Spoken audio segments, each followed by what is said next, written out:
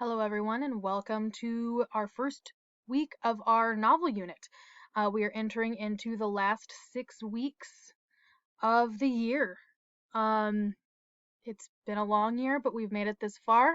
I wanted to start off this week by showing you how to access your Google Classroom in a better and more efficient way. When you go into Google Classroom, you will see all of your classes set up. When you click on yours, I'm going to be using first period. You're going to click on the class. It will load. And if you look here, there is an upcoming due date section and then a ton of different items on here. It gets a little bit confusing, but if you click on the classwork section, it organizes everything and keeps them nice and neat and organized for you. So you can go and you're like, oh, I'm missing something from the 4th week of distance learning. Everything is there under the 4th week. We are going to be looking at what we'll be doing this upcoming week. Monday, which is, if you're listening to this on Monday is today, is when we're moving our Zoom meetings. Each class will have a different link and meeting code, but it will be under announcements. All you have to do is click on it, and all of the information will pop up there. You can click on the link, you can use the meeting ID, whatever it is that you need to, but it will be different for each class, and they will be on Mondays. Then you're going to scroll down and you will see Novel Unit Week 1. I do want to emphasize that starting this week, we are starting to take grades that will go onto your report card. Everything you need to know is going to be within this PowerPoint slide that is linked here. When you're looking, you will have two different ones on here. You will have one that says Novel Unit Week 1. That is the one that you will click on that will make a copy for you so that you can edit that document. I'm going to show you my example one because I already have my information filled in for that one. So you'll click on yours, it'll make your copy. Your name will be up at the top here. After this loads, you will see that it is Novel Unit Week 1. This week for your agenda, you will have 3 different tasks that I need you to do. The first one is a book choice Google form. Starting this week, you need to have a book that you are reading that you have picked out. This will be probably different than everyone else's book choice, but you have to have a book or you cannot do anything else the rest of this week and going forward. So the first thing I need you to do is tell me what book you're reading in a Google form. The next thing that you're going to do is a graphic organizer, which will then help you with the Flipgrid that you are going to need to be recording. Both of these are the graded assignments for this week, and there's a rubric that will be in there in just a second. The next slide on here, if it will load, slowly but surely, don't stress out and use these tips to help you out. If you begin feeling stressed or you're overwhelmed or you don't understand something, please reach out to me or your other teachers and let us know. We are here to help you. So the first tip on here, it is very important that this week grades count towards your overall average. You need to take this work seriously and do your best and talk to your friends and remind them, hey, this work is for our grade. The next thing in here is use that classwork view in your Google Classroom to see the assignments that your teachers are posting easier. For my work, you need to make sure that you are writing in complete sentences. If you do not write in complete sentences or proofread your work, I will be returning it to you and not giving you a grade until you give me something that is good quality. And then last, our Zoom meetings are going to be on Monday for each class period. They are listed below at what times we will be meeting. Next slide. This is just going to be a reminder that you are typing in the presentation that you are looking at currently. Do not create a new one. Do not create a Google Doc. Do not create anything. All you have to do is follow these slides and type what you need to type in on here. Do not share anything with me. I have so many emails coming in right now that it will get lost and I will not see it. You need to do it on here and then press turn in when you are finished. Our first assignment, task number 1, is going to be a Google form. You need to make sure that you have a grade level appropriate fiction novel. If you do not have a book, I have linked in here some helpful resources for you that you can go and find yourself a book. You can go back and look at our assignment from last week where Miss Roy created for you some book talks to help you choose a book. And then once you've chosen a book, or if you already have one, I need you to come over here and I need you to click on this Google form right here. It'll take you to this assignment here, and you're going to put your name here. So I'm going to fill this out for myself, Shelby Waters. I am working in first period, so I'm going to put first period. The title of my book is called Mañana Land, and it is by Pam Munoz Ryan. And I'm just going to press submit, and my first assignment is done. I'm going to go back to the Google slide because I'm not done yet. That's only task number 1. And I'm going to go into task number 2.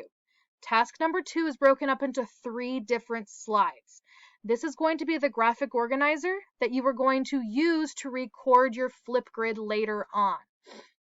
I have already filled mine out and answered the questions in complete sentences. The title of my book is Mañana Land by Pam Munoz Ryan.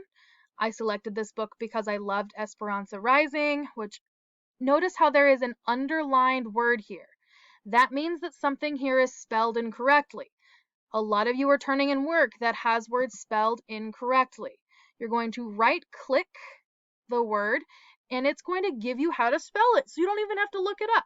And you just press that, and it will fix it on there. So Esperanza Rising by the same author, and the cover of the book is beautiful, so I thought I would like this book as well. This next part is the important part because you have 4 weeks to read this book. So you need to know how many pages you need to read per week or per day. So my book, Mañana Land, has 247 pages. I'm not going to sit down and read this in one afternoon. I'm going to break this up so that I am not overwhelmed because I have other work that I have to do, just like I know you do. So I'm going to figure out how many pages per week I have to read. And so there's a little easy equation to do for this. You do the number of pages divided by 4, the number of weeks. So for me, I have to read 62 pages a week. And then if I wanted to figure out per day, because 62 sounds like a lot of pages, I figured out I only have to read 12 pages a day. That's about how much we read when we were reading Drums, Girls, and Dangerous Pie in class. So maximum, you will be reading 90 minutes a day, which is more than I think that you will be spending reading. And then in a complete sentence I wrote, I will finish this book by May 22nd by reading 62 pages per week or 12 pages per day. There's also another example using Allies by Alan Gratz here. Make sure if you're reading this book that you're not just stealing the page numbers here because you might have a different version. The next page of the graphic organizer is going to be predictions and connections that you can make to your book. Flip through it, look at your cover, look at the summary on it, and just make some predictions about this because this should be a new book that you have not read before or one that you have not finished yet. And then the last slide for the graphic organizer is going to be about your author. I want to know who your author is, what type of books do they write, and just some fun facts about them because most of the time authors write books that are inspired by their past or their own interests. So for example, Mañana Land is really inspired by Pam Munoz Ryan's Mexican Hispanic background and heritage. She uses a lot of the stories that she was told growing up in her story, so it's really influencing what she writes. So put that information in this last slide. You're going to be taking those 3 slides now and you're going to be recording a Flipgrid. We've done Flipgrids in the past. When you get to slide number 9, it's going to walk you through the process. Read the Flipgrid grading rubric so you know how you're going to be graded. That is on slide 10. Remember, this is for a grade, so it is telling you how to be successful. If you do not follow this rubric, you will not do the best that you can, so you will not make the grade that you want. Linked below in number 2 are each of the block's different Flipgrids. If you are in first period and you record your Flipgrid in 7/8, I am not going to be able to see your video and I'm going to count it missing. So make sure you're clicking on the correct link so that you can go in and record it in the correct spot. Number 3, record your response from slides 6, 7, and 8 about your book. So as I'm recording, I'm going to have my graphic organizer, the information there, that is what I'm going to be sharing in that Flipgrid. There is an extra credit because you'll see on the rubric in just a second that the highest grade you can get by just submitting and following all of the directions is a 95. If you would like to make that 100, the way that you're going to do that is by responding to your classmates' Flipgrid videos. This response can be, oh, that book sounds super interesting as well. I can't wait to hear what you have to say about it. It kind of reminds me of this. Or, oh, I read that book already and I really liked it. I can't wait to hear what you think about it. Or, I read that book and I didn't like it. Here's why, but I hope you enjoy it. And you can get up to 5 extra points on that.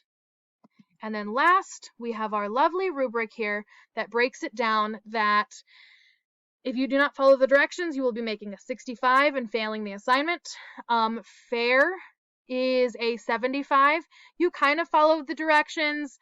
Your evidence is kind of connected. You explain things, but it's super repetitive and it's not elaborated. That's just a 75. In 85, you have a good understanding of what you are reading or about to read. It's clearly connected. You have a clear explanation. But a 95 is very thorough. You have strong and clear evidence. It is clear, insightful. It goes above and beyond just the basics of what it says. Over here in green are the most must-haves. It is probably familiar if you look at it. It is similar to race. Responding to all of those questions, answering the questions, giving evidence or details as to why you think that those are the answers, and then explaining and giving me details. Take your time. Do not rush through this. Remember that there are 3 assignments that you need to complete: the Google form, the graphic organizer with complete sentences, and recording the Flipgrid answering all of the questions from that graphic organizer. If you have questions, please email me and let me know what it is that you need. I can't wait to see you on Monday in our Zoom meetings. I love you all, and you're all made for greatness.